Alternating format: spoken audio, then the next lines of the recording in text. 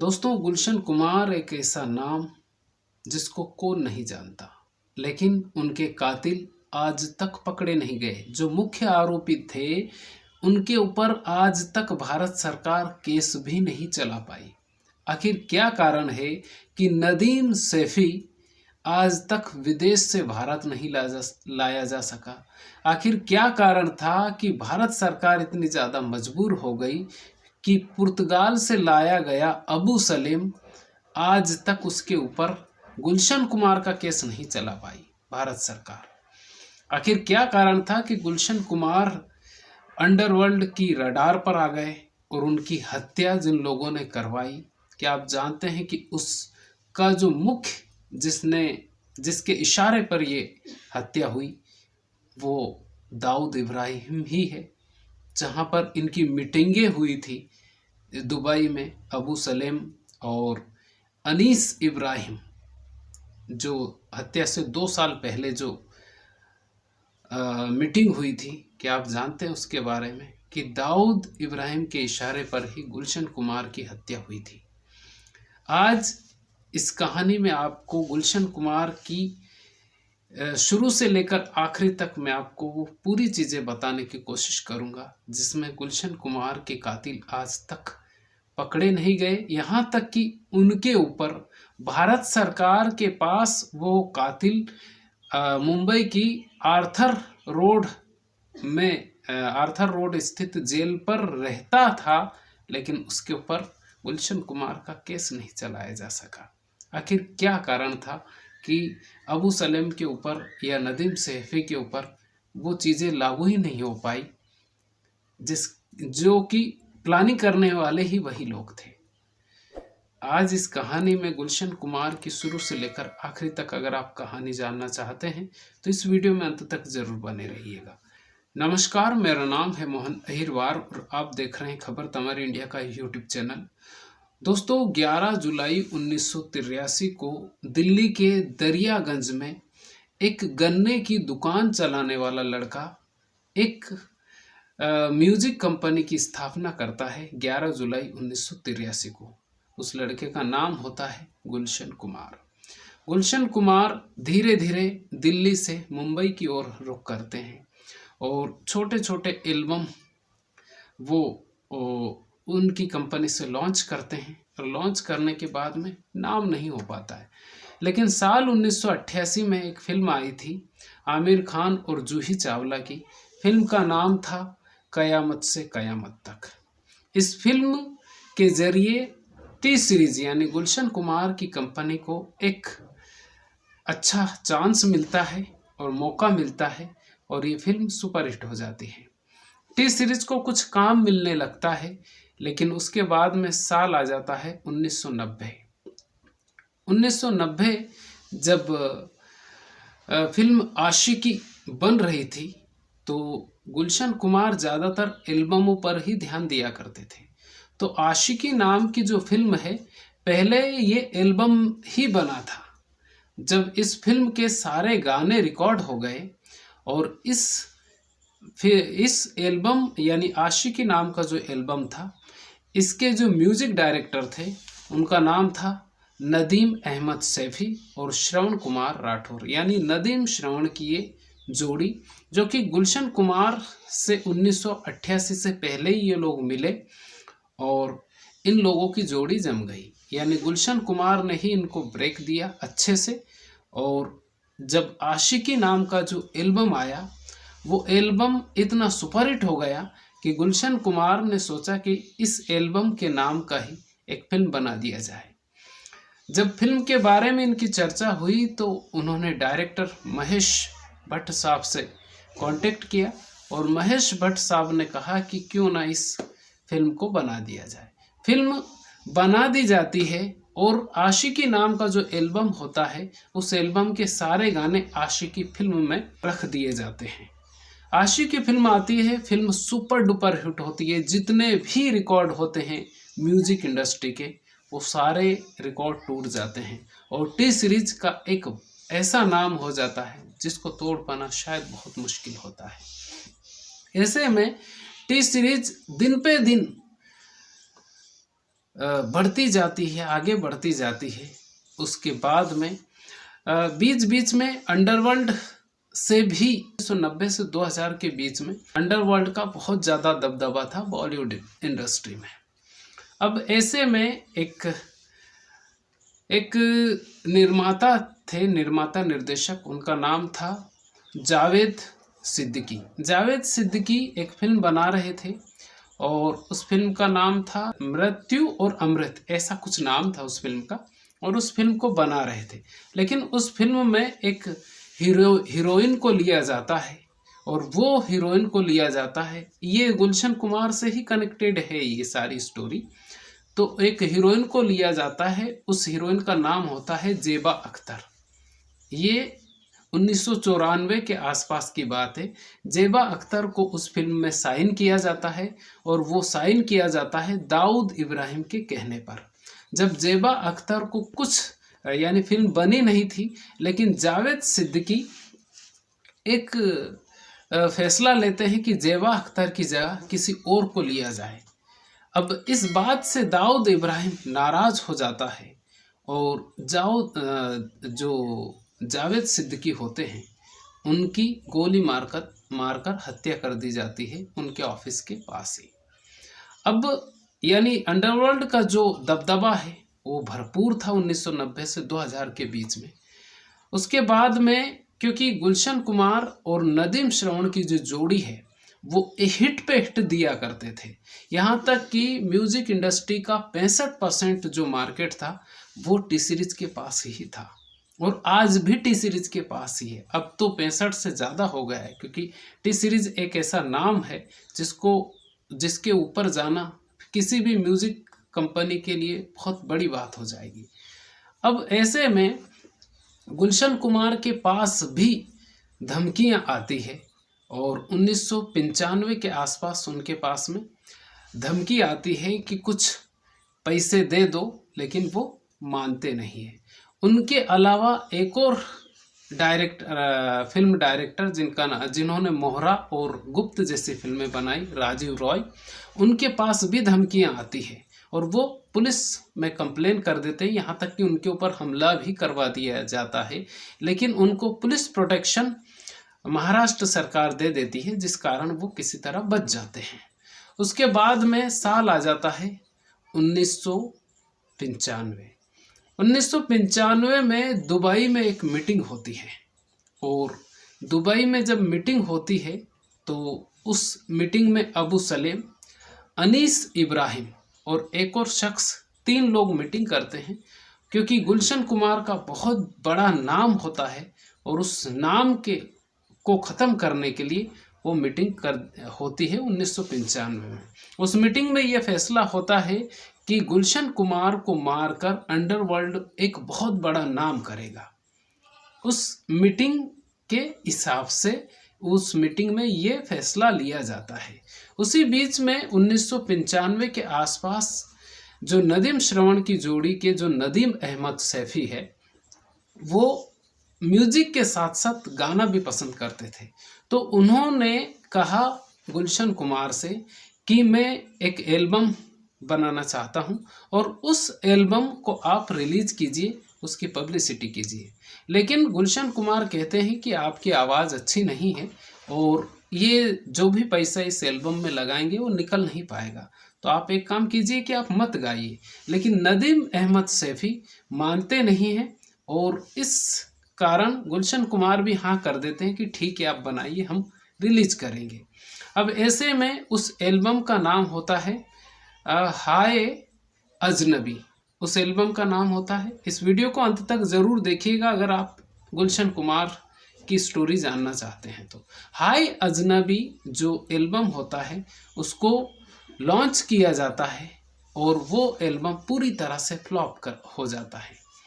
जब पूरी तरह से ये एल्बम फ्लॉप हो जाता है, उसके बाद में जो नदीम अहमद सैफी होते हैं वो गुलशन कुमार के ऊपर आरोप लगाते हैं कि गुलशन कुमार ने अच्छे से पब्लिसिटी नहीं की, इसलिए ये एल्बम फ्लॉप हुआ। जब एल्बम फ्लॉप हुआ तो गुलशन कुमार ये भी कहते हैं कि इनकी आवाज़ अच्छी नहीं थी, इसलिए ये एल्बम फ्लॉप हुआ। लेकिन 5 अगस्त 1997 को गुलशन कुमार के पास एक कॉल आता है और उस कॉल में सामने वाला व्यक्ति कहता है कि आपने बहुत कमाया है। वो उसका ये कहना था कि बहुत खिला दिया वैष्णो देवी को, अब कुछ हमें भी खिला दो। वो 10 खोखे की मांग करता है, यानी 10 करोड़ रुपए की मांग करता है। और 5 अगस्त 1997 को ही वो ये कहता है कि तुमने जो नदीम का जो एल्बम था उसकी पब्लिसिटी सही से क्यों नहीं की। तो गुलशन कुमार कहते हैं कि नदीम की जो आवाज़ है वो अच्छी नहीं थी, हमने कोशिश की लेकिन वो चल नहीं पाया। उसके बाद में गुलशन कुमार को धमकी मिलती है और गुलशन कुमार उसके ऊपर ध्यान नहीं देते। ये जो बात है किशन कुमार ने अदालत में अपने बयान में कही थी। अब गुलशन कुमार ध्यान नहीं देते हैं क्योंकि उनकी मृत्यु की जो हत्या की जो साजिश है वो पहले ही रच दी गई थी, लेकिन गुलशन कुमार ध्यान नहीं देते हैं। 5 अगस्त 1997 को जो धमकी आती है उसमें गुलशन कुमार अपने जो साथी होते हैं, जो लोग होते हैं, उनसे कहते हैं कि ऐसी ऐसी धमकी आती है। लेकिन वो लोग राय देते हैं कि आप एक काम कीजिए, पुलिस के पास चले जाइए और पुलिस कंप्लेन कर दीजिए। लेकिन गुलशन कुमार उस धमकी को हल्के में ले लेते हैं। अब ऐसे में जो सामने वाला जो व्यक्ति था उसका नाम था अबू सलेम। अबू सलेम ने वो धमकी दी थी और अबू सलेम कहता है कि 10 करोड़ रुपए दे दीजिए नहीं तो अंजाम बुरा होगा। गुलशन कुमार ध्यान नहीं देते हैं। उसके कुछ दिन पहले ही राजीव रॉय को, यानी कुछ महीने, 1 महीने पहले ही राजीव रॉय को भी धमकी मिली थी और उनके ऊपर हमला भी हुआ, लेकिन वो पुलिस प्रोटेक्शन होने के कारण वो बच गए। अब गुलशन कुमार के पास जब धमकी आती है तो वो हल्के में ले लेते हैं। उसके बाद में कुछ दिन बीतते हैं और कहा यह जाता है कि इंडियन एक्सप्रेस के एक रिपोर्टर को अबू सलेम का एक शायद कुछ इंटरव्यू होता है इंडिया टुडे या इंडियन एक्सप्रेस से, और उसमें अबू सलेम से कहते हैं कि बॉलीवुड में अंडरवर्ल्ड का दबदबा है और आप का जो काम है वो, उसमें ऐसी इंटरव्यू में कुछ बातचीत हो रही थी। लेकिन अबू सलेम कहता है कि कुछ दिन रुक जाइए, मुंबई में भी एक बड़ा काम होने वाला है। यानी उनकी जो हत्या की साजिश है वो रच दी गई थी। उसके बाद में 9 अगस्त 1997 को फिर से गुलशन कुमार के पास फ़ोन आता है और सामने वाला व्यक्ति कहता है कि तुम हमें बहुत ज़्यादा हल्के में ले रहे हो, अंजाम तुम्हारा बहुत बुरा होगा। गुलशन कुमार इसके बाद भी नहीं संभल पाते हैं और उस धमकी को बहुत हल्के में लेते हैं। अब उसके बाद आता है 12 अगस्त का दिन। 12 अगस्त के दिन का जो किस्सा है वो ऐसा है कि मुंबई में जहाँ पर लोखंड वाला कॉम्प्लेक्स है वहाँ पर जीत नगर है। उस जीत नगर में एक पुराना शिव मंदिर था।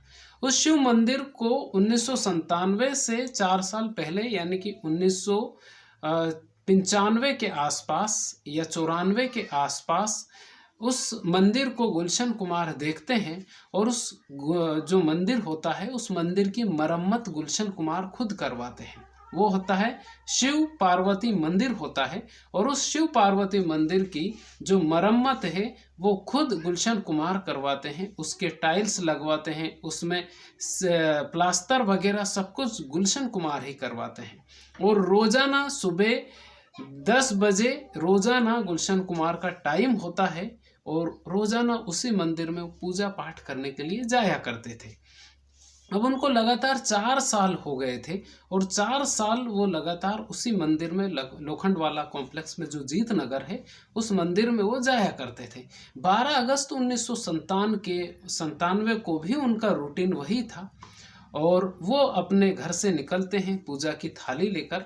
और थाली लेकर जब वो घर से निकलते हैं तो सुबह 10:10 पर गुलशन कुमार के ऊपर एक यानी वो जा ही रहे थे और मंदिर के जस्ट सामने वो जा रहे थे और उस मंदिर के सामने ही उनके ऊपर उन्होंने देखा कि 3 लोग खड़े हुए थे और उन 3 लोगों में से एक व्यक्ति उनके ऊपर गोली चलाता है। वो गोली उनकी कनपटी को छू कर निकल जाती है। वो समझते हैं कि उनके ऊपर अब गोली चल गई है और उनका जो ड्राइवर था वो साथ में ही था, यानी दूर था लेकिन साथ ही था। वो देख रहा था कि क्या हो रहा है। ऐसे में गुलशन कुमार कुछ संभल पाते उससे तुरंत बाद ही उनके ऊपर फिर से फायरिंग की जाती है और वो जो गोली लगती है उनके सीने के आसपास लगती है। गुलशन कुमार की जो थाली होती है हाथ की वो नीचे गिर जाती है और गुलशन कुमार वहाँ से भागने की कोशिश करते हैं, लेकिन तीनों जो हत्यारे होते हैं वो गुलशन कुमार के पीछे पीछे भागते हैं और गुलशन कुमार आगे आगे भागते हैं। लेकिन जो पूजा की थाली में जो कलश था उसको एक हत्यारे के ऊपर उनका जो ड्राइवर था वो फेंकता है। उसका नाम शायद रूपलाल था और रूपलाल उस कलश को फेंकता है, लेकिन उसके तुरंत बाद जो ड्राइवर था उसके पैर में 2 गोली मार दी जाती है। वो वहीं पर गिर जाता है। गुलशन कुमार भागते हैं और वहाँ पर एक दरवाज़ा था, उस दरवाजे को खटखटाते हैं। एक महिला थी वहाँ पर। गुलशन कुमार को देखते ही वो महिला दरवाज़ा बंद कर लेती है। फिर दूसरा दरवाज़ा गुलशन कुमार फिर से दरवाज़ा खटखटाते हैं, लेकिन वो जो व्यक्ति होता है वो भी बंद कर लेता है। उसके बाद में हत्यारे पीछे पीछे जाते हैं। यानी फायरिंग हो ही रही है। गुलशन कुमार बचने की कोशिश करते हैं। एक वाशरूम था, संडास वाशरूम, उसमें गुलशन कुमार अंदर जाते हैं और जो हत्यारे थे वो गुलशन कुमार को घेर लेते हैं और लगातार फायरिंग करते हैं। गुलशन कुमार को कहते हैं कि बहुत हो गई नीचे पूजा, अब तुम ऊपर जाके पूजा करना। उसके बाद में कुछ देर के बाद ही, यानी आधे घंटे के बाद में पुलिस आती है और वो हत्यारे जो होते हैं एक टैक्सी वाले को धमकाते हैं और उस टैक्सी को लेकर फरार हो जाते हैं। अब गुलशन कुमार के शव तक जब पुलिस पहुंचती है तो समझ में आता है कि ये इनके ऊपर फायरिंग हुई है। उनके शव को दिल्ली ले जाया जाता है, वहाँ पर उनका अंतिम संस्कार कर दिया जाता है। पुलिस छानबीन करती है कि इस केस में क्या है और क्या क्या हुआ क्या क्या नहीं हुआ। तो पुलिस उनके भाई किशन कुमार से बातचीत करती है। किशन कुमार से जब बातचीत करती है तो वो कहते हैं कि उनके पास 5 अगस्त 1997 को एक फ़ोन आया था। वो अबू सलेम का बताया जाता है। वो कह रहे थे कि अबू सलेम ने उनसे 10 करोड़ रुपए मांगे थे। उसके बाद में किशन कुमार एक और स्टेटमेंट देते हैं कि 9 अगस्त को फिर से उनके पास फ़ोन आया था, लेकिन वो उस धमकी को बहुत हल्के में लेते हैं। दोस्तों, उसके बाद में मुंबई की अदालत में केस चलता है। केस में बताया जाता है कि इसमें जो मुख्य आरोपी हैं वो अबू सलेम को बताया जाता है। उस वक्त अबू सलेम इंडिया में नहीं था, वो पुर्तगाल में था और जिस दूसरे शख्स का नाम आता है वो व्यक्ति होता है जो गुलशन कुमार ने जिस व्यक्ति को बनाया था, नदीम श्रवण की जो जोड़ी है नदीम अहमद सैफी। नदीम अहमद सैफी का भी उसमें नाम आता है। तब तक नदीम अहमद सैफी विदेश में था और वो भारत में नहीं, वो किसी घूमने के लिए सिलसिले में वो गया था और वो भारत में नहीं था। ये दोनों ही मुख्य आरोपी के तौर पर इनका नाम आता है। उसके बाद में ये केस मुंबई की अदालत में चलता है और 2 मुख्य आरोपी बनाए जाते हैं, अबू सलेम और नदीम अहमद सैफी। नदीम अहमद सैफी उस वक्त विदेश में ही था, वो आज तक भारत में लाया नहीं जा सका और अबू सलेम पुर्तगाल में था। अबू सलेम को 2005 में पुर्तगाल से भारत सरकार लेकर आई, लेकिन उसके ऊपर कभी भी गुलशन कुमार का केस नहीं चल पाया और नदीम अहमद सैफी आज तक भारत में नहीं आ पाया क्योंकि उसने ब्रिटिश नागरिकता ले ली और वहीं पर केस चला और गवाह के अभाव में वो बरी हो गया और उसके बाद में वो कभी भी भारत में नहीं आ सका। अबू सलेम के ऊपर केस इसलिए नहीं चला क्योंकि जिस वक्त वो भारत में पुर्तगाल से लाया गया उस वक्त भारत सरकार ने जो केस, क्योंकि एक समझौता हुआ था उसमें पुर्तगाल और भारत सरकार के बीच में ये समझौता हुआ था कि जो केस भारत सरकार और पुर्तगाल के बीच में जो भी समझौता हुआ है उसी केस में अबू सलेम के ऊपर भारत में कार्रवाई की जाएगी। जिस केस का जिक्र नहीं हुआ उस केस में कार्रवाई नहीं की जाएगी। पुर्तगाल में जो समझौता हुआ उसमें गुलशन कुमार केस का नाम अबू सलेम के ऊपर नहीं था, नहीं तो मुंबई की आर्थर रोड स्थित यानी थोड़ी दूर ही आर्थर रोड जेल है, लेकिन कभी भी अबू सलेम के ऊपर उस केस में कार्रवाई नहीं हुई। तो क्या इंसाफ हुआ था। और इसमें एक और शख्स का नाम हुआ, उसमें बताया ये जाता है कि 1997 में टिप्स के मालिक रमेश तोरानी ने गुलशन कुमार को मरवाने के लिए 25 लाख रुपए की सुपारी दी थी, लेकिन कोई भी गवाह नहीं मिल पाया, इसलिए रमेश तोरानी 2002 में ही बरी हो गए, यानी उनके ऊपर भी कोई केस नहीं चला। तो इतनी सारी चीज़ें गुलशन कुमार को मारने के लिए रची गई और कुल 13 लोग इसमें थे और कुछ तो इसमें बरी हो गए और कुछ लोगों को उम्र कैद की सज़ा हो गई। तो ये था गुलशन कुमार का पूरा सफ़र, जो कि 11 जुलाई 1983 में उन्होंने टिप्स की स्थापना की थी और उसके बाद में लगातार आज टिप्स म्यूज़िक इंडस्ट्री में सबसे बड़ा नाम है। हर कोई गाना गाने के लिए, जब कोई गाना गाता है, कोई एल्बम भी अगर गाता है तो टिप्स से टी सीरीज़ से रिलीज़ करवाने के लिए सोचता है, लेकिन बहुत मुसीबत से टी सीरीज़ आजकल कोई भी गाना रिलीज़ करती है। जहां उसको लगता है कि यहाँ पर लगना चाहिए, उनको लगता है कि ये रिलीज़ होना चाहिए, वही वो रिलीज़ करते, नहीं तो नहीं करते। दूसरी बात ये है कि आज भी वैष्णो देवी में जो लंगर चलता है वो लंगर आज भी टी सीरीज़ के नाम से यानी गुलशन कुमार जी के नाम से वो चलता है। तो गुलशन कुमार जी ने बहुत अच्छे काम भी किए, कई लोगों को उन्होंने बनाया, जैसे सोनू निगम, कुमार सानू, अनुराधा पौडवाल, अलका याग्निक, इन सब लोगों को बनाने में गुलशन कुमार जी का हाथ बताया जाता है।